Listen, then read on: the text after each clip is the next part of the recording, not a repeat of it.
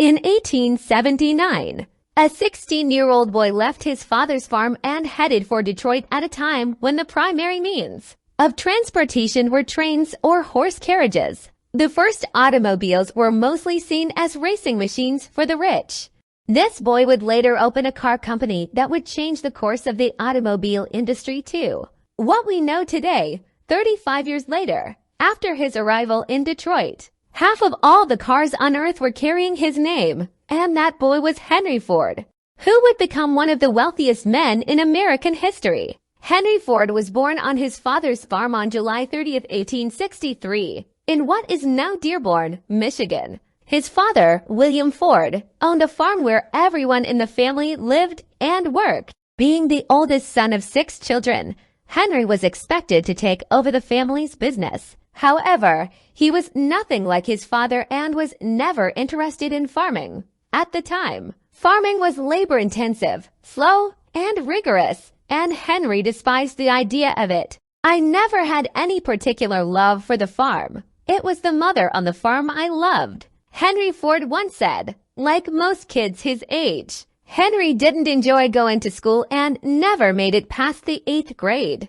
He preferred to learn things on his own terms and became very interested in mechanics. This curiosity for machines led him to study every piece of machinery he came across. At the age of 12, his father gifted him a pocket watch, and after playing around with its movements, he learned how to take it apart and put it back together in a matter of minutes. He later gained a reputation as a watch repairman, fixing watches for people in the neighborhood. When Henry turned 13, he came across a steam engine for the first time during a school trip to one of Detroit's companies. That's when his passion for mechanics became an obsession, and for the next few years, it became his new hobby. By the time he was 15, he had constructed his first steam engine. However, Henry's life took a turn when he lost his mother, Mary Ford, to a sudden illness. Devastated by her loss, his hatred for the farm intensified, and he began looking for a way to escape. After turning 16 and against his father's wishes, Henry packed his things and left the village in search of a new direction in life. At the time, Detroit was rapidly becoming a city of industry, thanks to the steam engine, and it was hungry for young engineers. It was in Detroit that Henry would immerse himself in reinventing himself, learning everything there was to know about machines. He took a job at a streetcar manufacturing company known as the Michigan Car Company. Unfortunately, Henry was fired only 6 days after he began. After being unemployed for some time, he found a job as an apprentice at the James Flower and Brothers machine shop, where he earned $2.60 per week, but it wasn't enough to cover his rent. So Henry found a night job as a jeweler, cleaning and repairing watches 6 hours a night and 6 days a week for $3 weekly. Despite pulling together so many jobs to make ends meet, Henry would still study and experiment with machines whenever he had free time. In 1882, when he turned 19, Henry Ford decided to return home to Michigan. He still hated farming, so he did very little work on the farm and spent most of his time playing and experimenting with the machines he found there. Luckily, his father had purchased a portable steam engine, which quickly became a norm among farmers. Henry spent most of his time with this machine and became so skilled with it that a neighbor at his father's farm paid him $3 to operate his steam engine. Word of Henry's talent and gift for machines spread across Michigan. The news of Henry's talent reached the district representative of the Westinghouse Engine Company of Schenectady, New York, and the company hired him. Henry's job was to travel throughout southern Michigan, setting up and servicing Westinghouse steam tractor engines. In the year 1885, Henry met Clara Jane Bryant at a New Year's Eve party, and they got engaged the following year.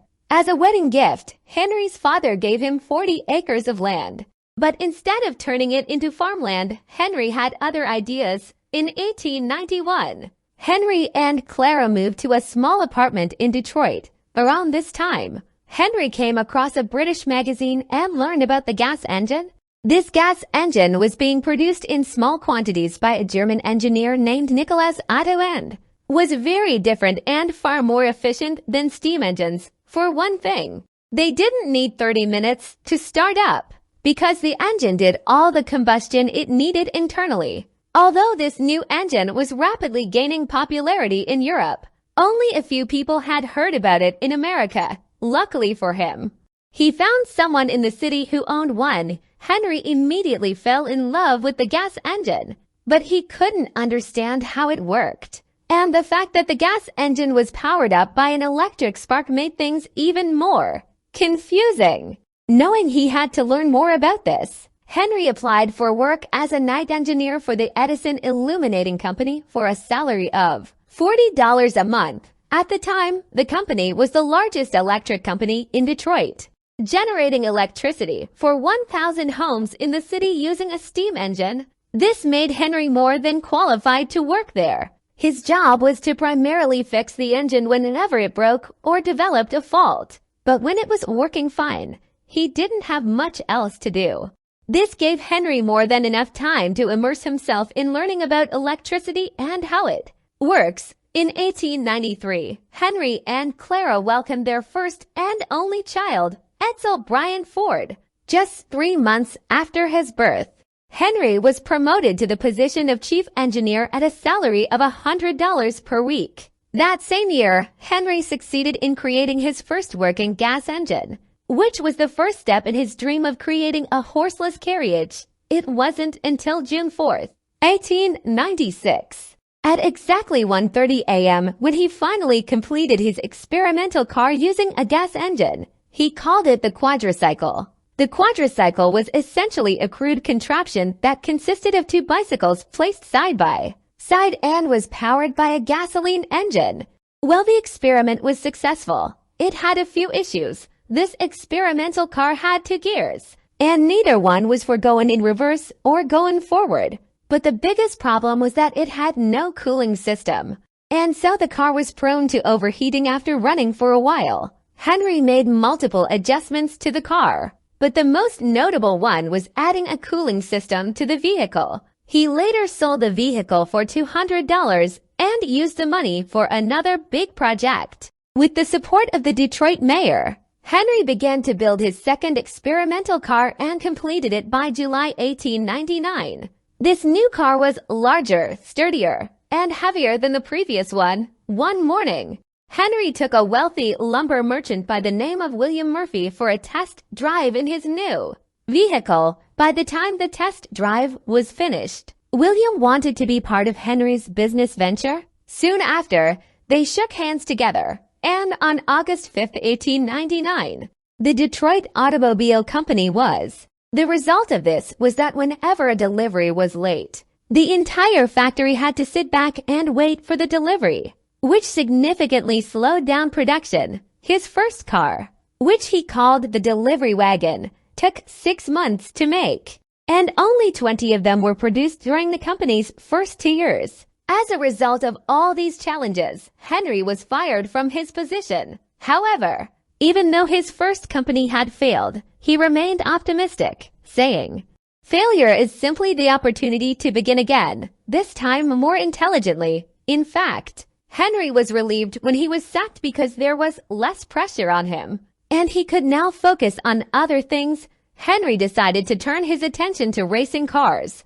Racing cars had become a very popular sport in the United States, and Henry saw it as a platform to showcase his cars and their quality. Despite knowing many influential people in the city, not many of them were willing to invest in his ideas after what happened with the Detroit Automobile Company. A year later, Ford's newly designed racing car defeated the vehicle of Cleveland automaker Alexander Winton and the nation's leading national racing driver from Grosse Pointe. Henry's 26 horsepower vehicle became the talk of the town, giving investors the confidence they needed to back Henry. This led to the birth of the Ford Motor Company, with Henry as the chief engineer. Not too long after, Henry's position at the company was again in jeopardy because he continued to focus on making race cars, which infuriated his investors. They wanted him to create passenger cars they could sell to the masses. They brought in another Henry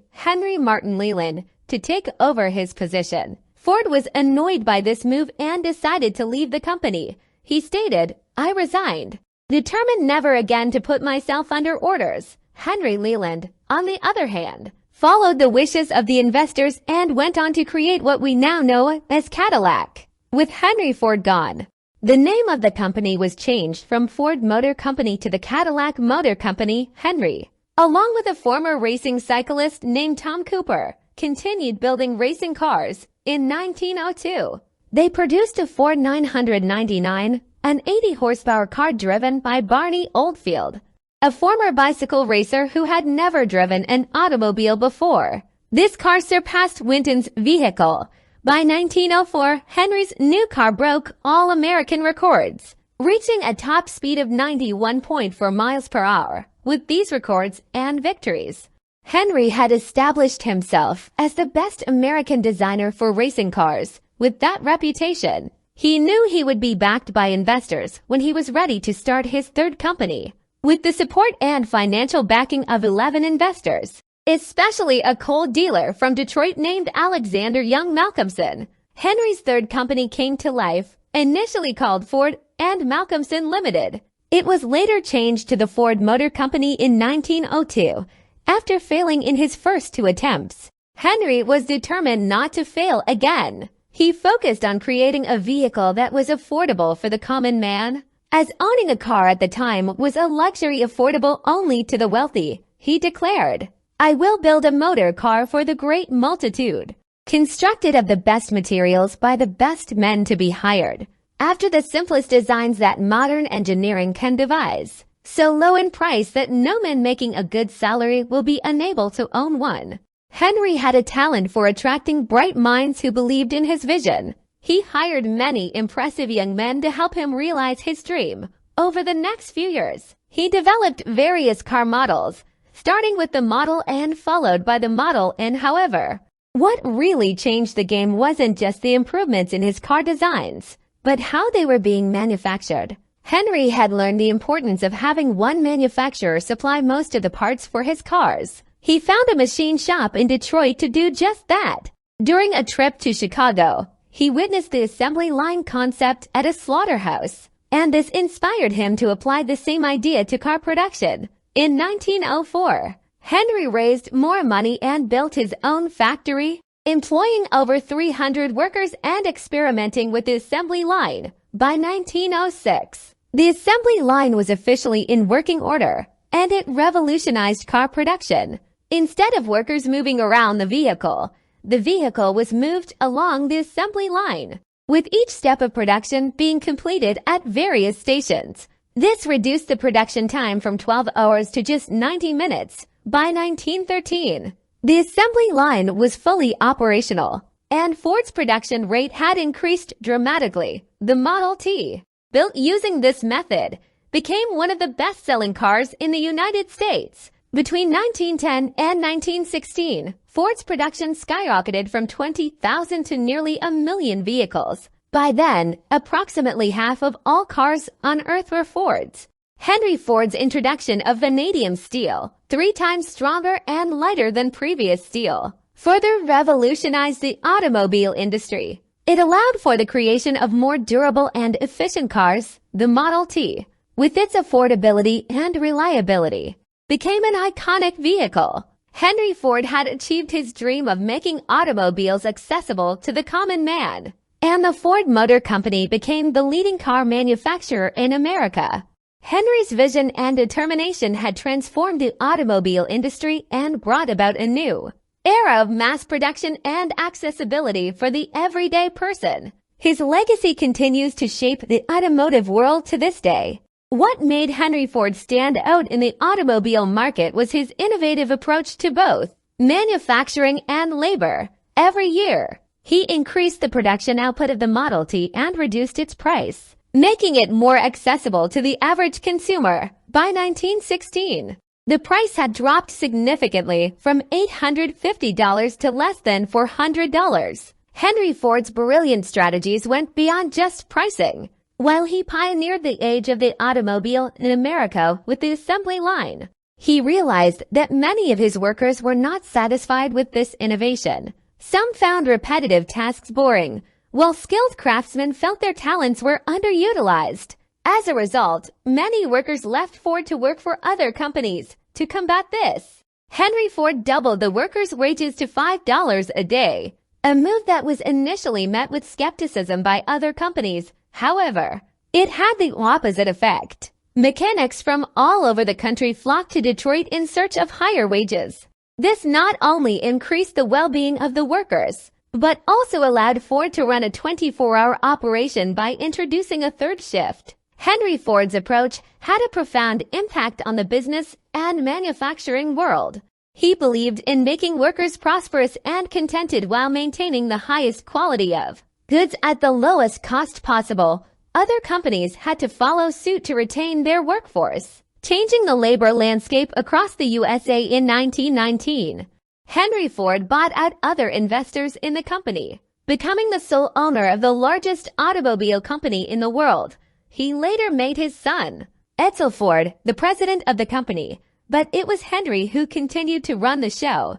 However, Henry's stubbornness and refusal to adapt to changing consumer preferences became evident in the late 1920s. He clung to the belief that the Model T was what people wanted, ignoring the growing popularity of more stylish and comfortable cars like Chevrolet. Finally, in 1927, Ford shut down the Model T assembly line and introduced the new Model A. Henry Ford's innovations extended to manufacturing processes as well. He built a larger factory along the Rouge River in Michigan, where he aimed to control all steps of the manufacturing process, from refining raw materials to final assembly. Despite these efforts, by 1936, Ford Motor Company had fallen to third place in the U.S. market behind General Motors and the Chrysler Corporation. The Great Depression further strained the company, leading to layoffs and lower sales. In 1943, Henry's son passed away, and he continued running the company for 2 more years before passing control to his grandson, Henry II. Henry Ford retired and later died of a cerebral hemorrhage in 1947. Today, Ford Motor Company remains one of the largest car companies in the world with a market capitalization of around $70 billion. A testament to the enduring impact of Henry Ford's contributions to the automotive industry. His legacy continues to shape the company and the industry as a whole. The year is 1991. Birds and people are living together in seemingly perfect harmony, until one day a young man catches fire. This is Phoenix.